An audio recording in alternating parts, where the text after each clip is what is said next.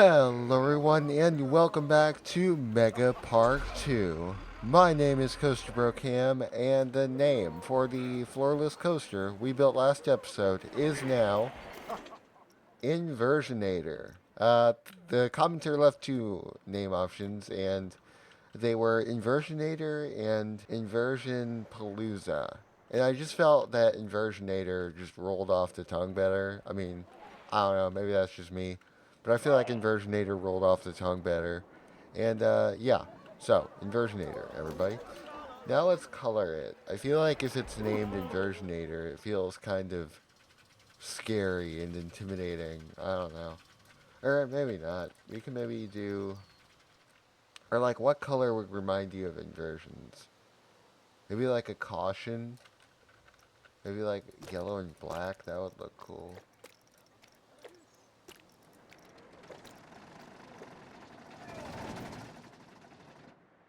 Yeah, I don't know. I feel like the yellow or all the colors in Planet Coaster 2, because of this advanced lighting that we have now, they just look so bright, which is fine for realistic parks, but I mean, actually it's growing on me. You know what? We'll keep it. This looks honestly, the loop reminds me of Dominator because the Dominator loop is yellow because it used to be Batman Night Flight at Geauga Lake. So I guess that works well as a little homage to Dominator or whatever.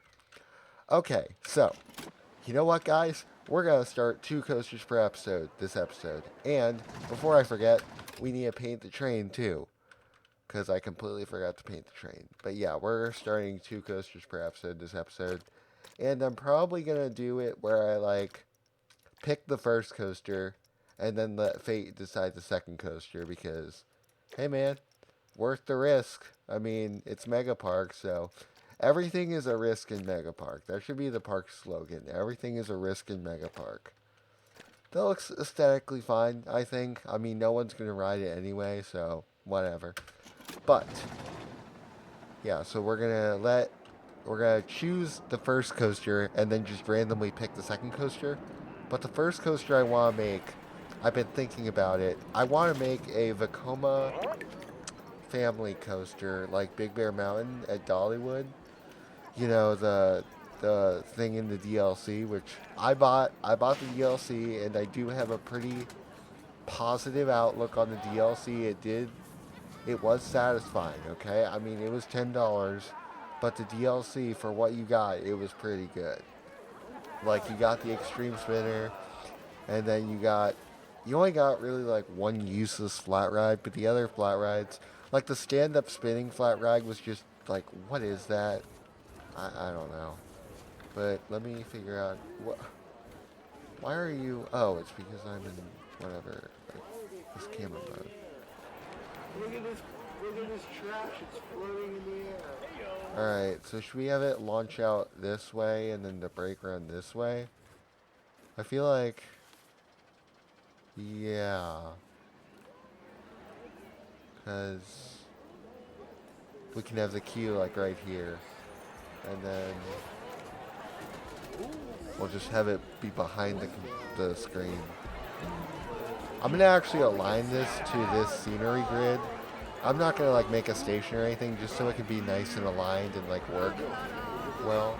Alright, so then the exit can be here, the entrance and queue can be here, the exit can be here. So let's make the entrance and exit first, and then we'll make the queue. I don't know if it should be... sure.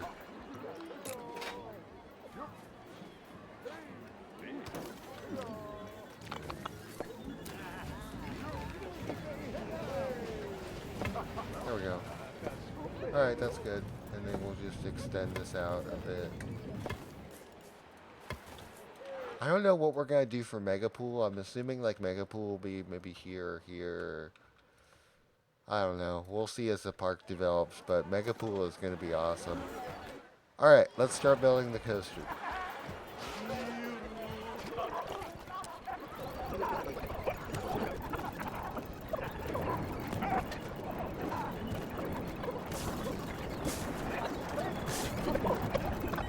There we go.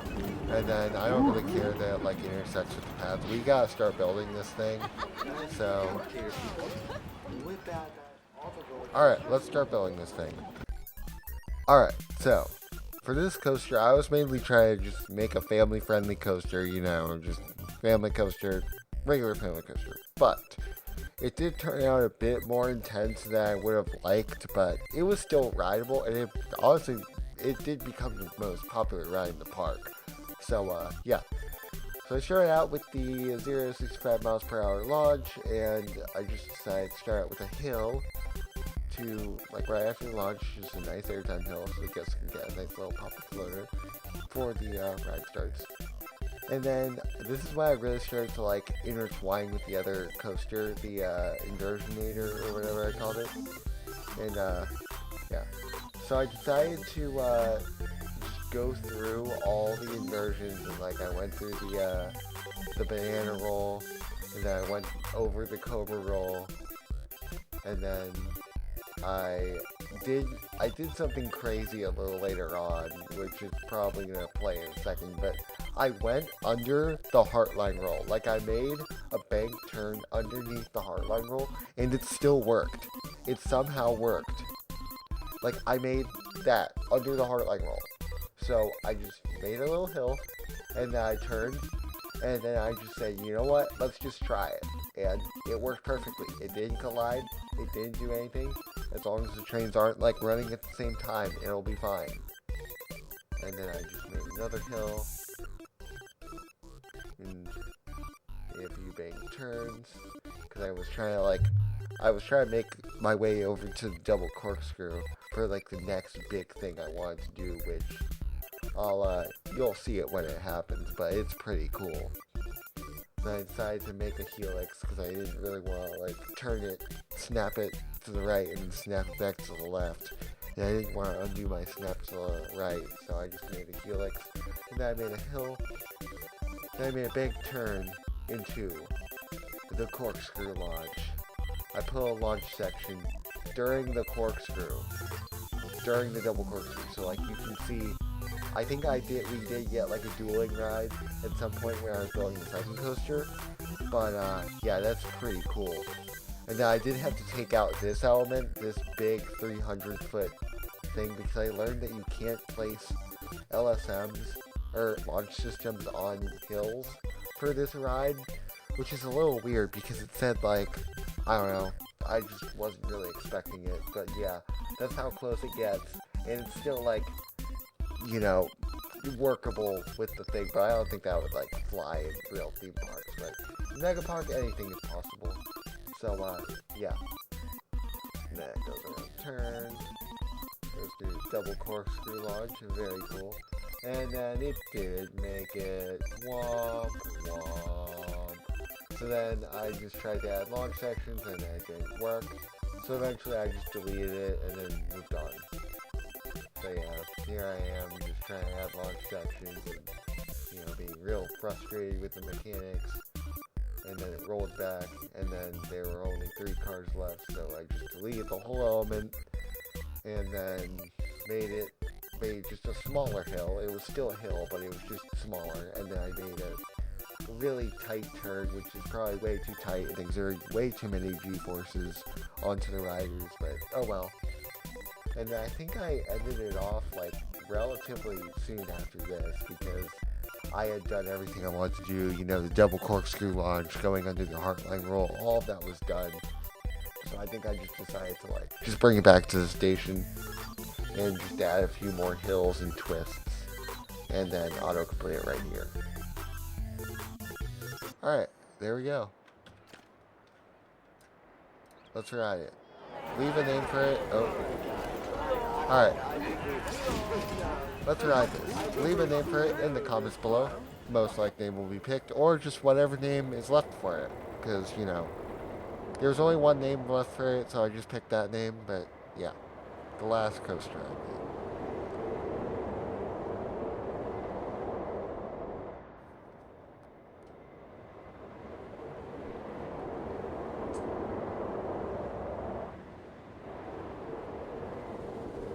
I gotta work on my profiling, honestly. I don't know why my profiling looks so bad. but I don't know. Maybe it's fine. For like Mega Park, it's fine, but I think I gotta work on that if I want to do the realistic park.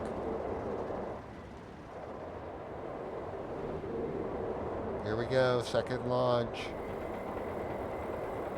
Through the corkscrews.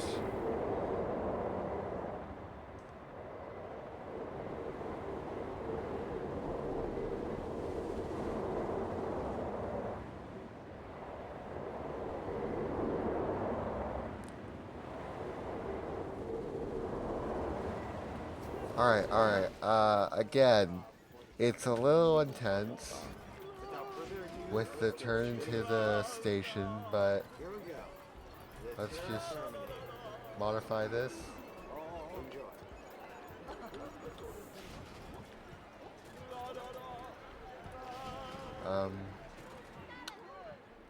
Why can't you add 2 trains? It's not giving me the option to add 2 trains. I don't get it. Okay, I guess this is just gonna run with 1 train then. Oh well. Alright, let's just test it.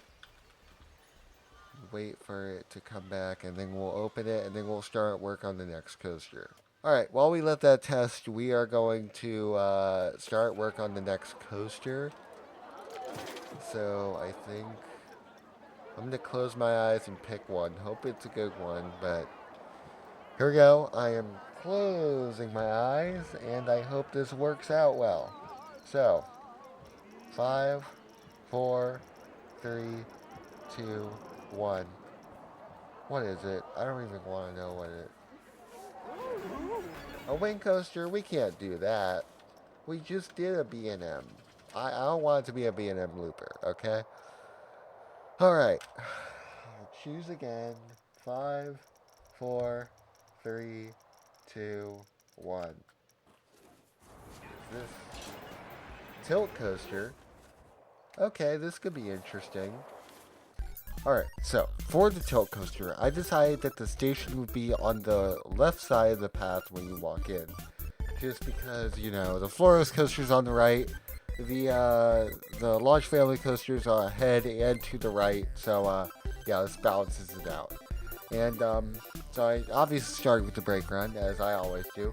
And then I think I made this lift hill a little tall, but you know, you guys can be the judge of that. It's only, guys, it's only about 345 feet tall. It's fine. But yeah. And then I made the tilt, and then I started going down the drop, and I tried to make this drop as like, I don't know, curved out as possible, just so it would have like less G-forces. And then I made an airtime hill, and then after that I decided to make a crazy upside down stall Immelman thing that like stalled out for way too long, but it made it, so it's okay.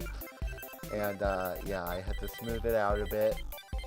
Just look at that, it makes it makes it very slow, but it still makes it. So then I made a corkscrew? I think that's a corkscrew. I guess you could technically call that a corkscrew.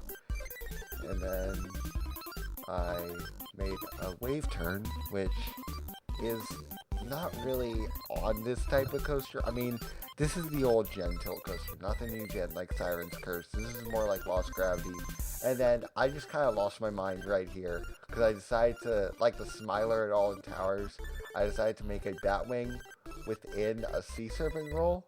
So, yeah, that's crazy. And it's only going to get crazier as it goes on. And then, of course, I had to make the track go under the Heartline roll again. I feel like that's going to be like a recurring theme with this park, just track going under the Heartline roll, because that would be amazing and crazy. And like, imagine riding out Laura's coaster and you just see like 10 different tracks under you at the same time. And yeah. And then I decided to make a 0G stall, which again isn't on this type of ride, but it's on the new gen. And I just wish they would make the new gen tilt coaster, or at least add a tilt track to their launched Vekoma modern coaster. Just add a tilt track to that. Because I know mods exist, but I don't know. I don't really want to download mods. I don't really like, you know, modding things. Which, I get that, like, it has its advantages, but I don't know, I just feel like I'd rather be at, like, an official feature than having to, like, download a mod and having to download all the files and then pouring the files into the game. You know how it is. And then I made a final helix that, like, intertwined with the banana roll, and then I made one final corkscrew before just auto-completing it. Alright, and let's... I think that's good. Alright, let's add 2 trains and let's test and ride this thing. 2 trains. While we wait, we can make the queue line and exit for the ride. Which we probably should have done first, but oh well. We don't got all day, coaster. Test. Also, how's this? Free. Actually, holy crap, that's amazing. What? 7 excitement? That's crazy. Alright, this is gonna be the new pop. Holy cow, look at this. This is gonna be the most popular ride in the park.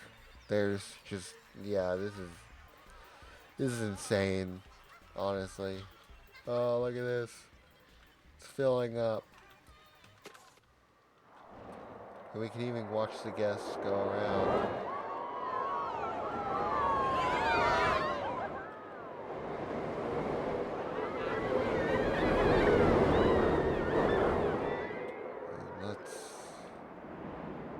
Yeah, I think this is a win. And this thing still is sending empty trains almost constantly. So we can probably do something about that. Oh my god! We got our dueling ride! Look at that! We got our dueling ride. That's gonna be the thumbnail of the episode. I don't even care. That's insane. We got it, guys. We got the dueling ride. Holy cow. It dueled. Yes, so let's ride the final product. Of course, don't forget to leave a name. And yeah, let's ride this thing. This is the final product because the old one was a little too intense, and so I had to make a bunch of modifications. I probably most likely cut all that out, but you know, here we go. Final product of our tilt coaster. Leave a name in the comments, along with the family LIM coaster.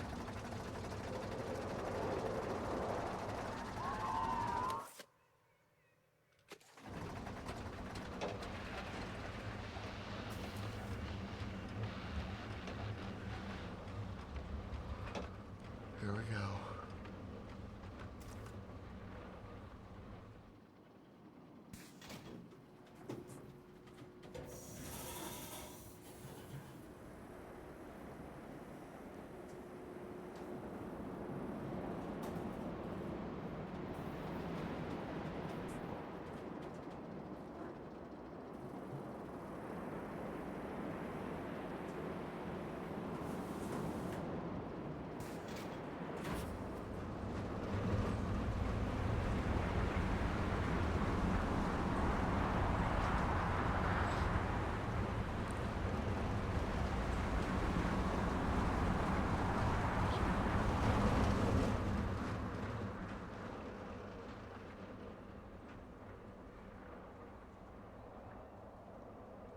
It's going so slow through here, you could probably just slap one of the supports and not get hurt. Imagine the hang time there, honestly.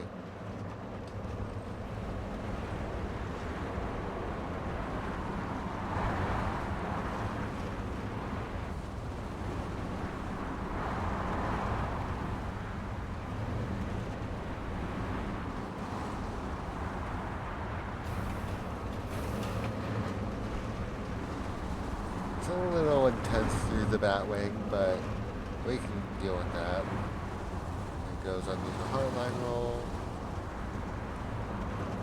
0G stall. Ooh, look! Ah, we just missed it. We could have gotten a dueling ride on the Helix. I'm sure we'll get dueling rides, like when we ride all the rides. I'm sure we'll get tons of dueling rides. Because our riding all the coasters is going to be like an hour long, or maybe even 2 hours long. I mean, we're going to have 100 coasters at the very least.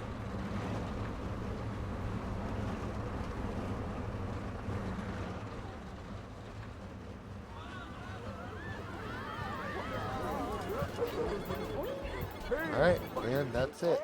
The tipper coaster, tilt coaster. It needs a name. So, leave a name for the comments down below for the tilt coaster and this LIM coaster that's very popular.